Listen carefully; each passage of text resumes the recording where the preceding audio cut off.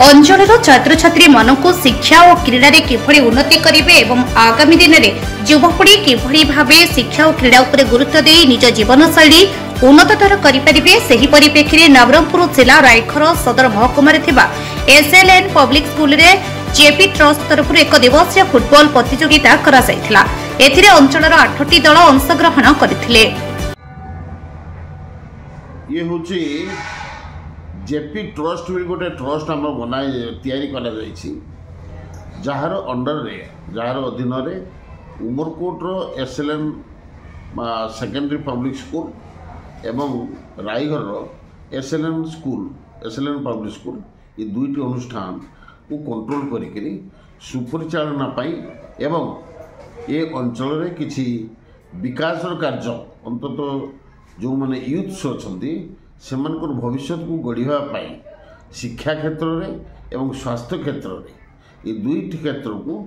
एक प्रमुख भाव में एवं प्रत्येक वर्ष जेपी ट्रस्ट तरफ उमरकोटे शिक्षा क्षेत्र में गरीब पिला माने जो माने मेधावी पिला अच्छी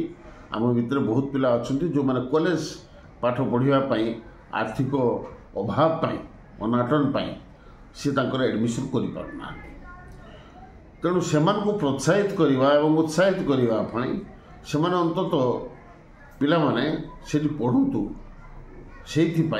आर्थिक साहाय्य 6टी पिला 15,000 हजार लगा प्राय लक्षे टंका में खर्च कर जेपी ट्रस्ट खर्च कर स्वास्थ्य एवं मनुष्य को ठीक भाव में गठन करने युवक मान ठीक भाव में एनकरेज करने स्पोर्ट्स दिगटी को आम विशेष भाव में चयन करूँ रायगढ़ स्कूल जरिया जेपी ट्रस्ट ताकू एप्रुवाल देती सेठी प्रत्येक वर्ष फुटबॉल टूर्नामेंट कि क्रिकेट टूर्नामेंट यही कर व्यवस्था है। चलित वर्ष 13 तारीख दिन ये जिनसटी होता गोटे फुटबॉल टूर्नामेंट करा एक दिवसीय जो थे नॉकआउट फुटबॉल टूर्नामेंट कराई जो थे गोटे दिन में 8टी ये टीम नवरंगपुर रायघर ब्लॉक प्राय 8टी पंचायत अंचल गोटे गोटे गाँव गोटे गोटे टीम आसी खेल प्रदर्शन से करते से पुरस्कृत कराई फंक्शनटे होता किंतु ये सब कहवा पूर्व मुझे गोटे कथा कहवाई चाहे जेपी ट्रस्ट 2012 मसीह प्रथम आरंभ करा जायतिला जार उद्देश्य थिला ये अंचल रे शिक्षा एवं आम तो पाठ पढ़ाई अनुष्ठान गठन कर दौचु किंतु समाज रे बहुत दरिद्र गरीब पिला अछंती जो मान को जदि किछि गुंडीची मुसार साहाय्य जेपी ट्रस्ट करा जाई परिवो सेति पई एक उद्यम एटा आरंभ करा जायतिला ता आगु को मु आउ टिके जीवी 1960 दशक रे जिते मु कॉलेज रे पाठ हाईस्कूल रे पाठ पढ़ुए से मु राजनीति करुली जो गाँ गंडा भितर बुलूली अभिव्यक्त कोरापुट जिले में विशेषकर रायघर उमरकोट ये एरिया रे एते अवस्था शोचनीय थिला लोक मैंने गरीबी रे एते बांधी जाइए जे सेमाने इलेक्ट्रिक लाइट नथिला गरीब लोक मैंने पाठ पढ़ार अवस्था नथिला शिक्षा क्षेत्र में बहुत दयनीय अवस्था थिला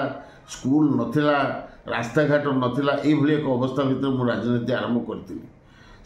से समय जो अवस्था मुझे देखी मो मन में टे आघात देता एवं मु चिंता करी जदि मुझे करी शिक्षा क्षेत्र में गोटे विराट परिवर्तन नहेले समाज रे किसी परिवर्तन हेब ना समाज को जदि गठन करार अच्छी शिक्षा हूँ प्रथम जिनस प्रथम आवश्यकता दरकार हो शिक्षा व्यवस्था जदि ठीक अच्छी ताले समाज परिवर्धित समाज तैयारी हो पार से उद्देश्य रे उमरकोट और रायगढ़ दुटी शिक्षा करा ये स्कूल शिक्षा को उन्नति करने दुटी स्कूल कराई। द्वितीय कथा है फुटबॉल टाक आम कहीं नेलु 1960 दशक 64 मसीह ये अंचल दंडकारण्य योजना ना जो प्रथम आरंभ करा 58 मसीह 64 मसीहा बेलू ये अंचल जोनल कमिटी थिला डीएमके प्रोजेक्ट दंडकारण्य प्रोजेक्ट उमरकोट गोटे जोन मालकानगिरी गोटे जोन पाखंजर गोटे जोन ये 3टी जोन थिला आर चीफ एग्जीक्यूटिव जी थे सी जमी जो थे कि प्यारी बाबू भी थे से चीफ एग्जीक्यूटिव से कोरापुटे अवस्थापन से करते। तो ये 3टी जोन जोनल एडमिनिस्ट्रेटर माने थिले से माने सब ये सब गरीब लोक मान जो बंगाली सेटलर्स मैंने आसुले से थैथान करने बसवास करने व्यवस्था करुले। से समय ये गोटे फुटबॉल टूर्नामेंट जोनल कमिटी तरफ आरंभ कर 64 मसीह केवल कोरापुट जिलार नवरंगपुर उमरकोट अंचल पिला माने फुटबॉल खिलाड़ी भर्सेस कोरापुट जिलार जेकोसी जगार खेलाड़ी मन आसते रायगड़ा मालकानगिरी ये तार कौन पटांगी कोरापुट सब आसते से समस्ते एपरिक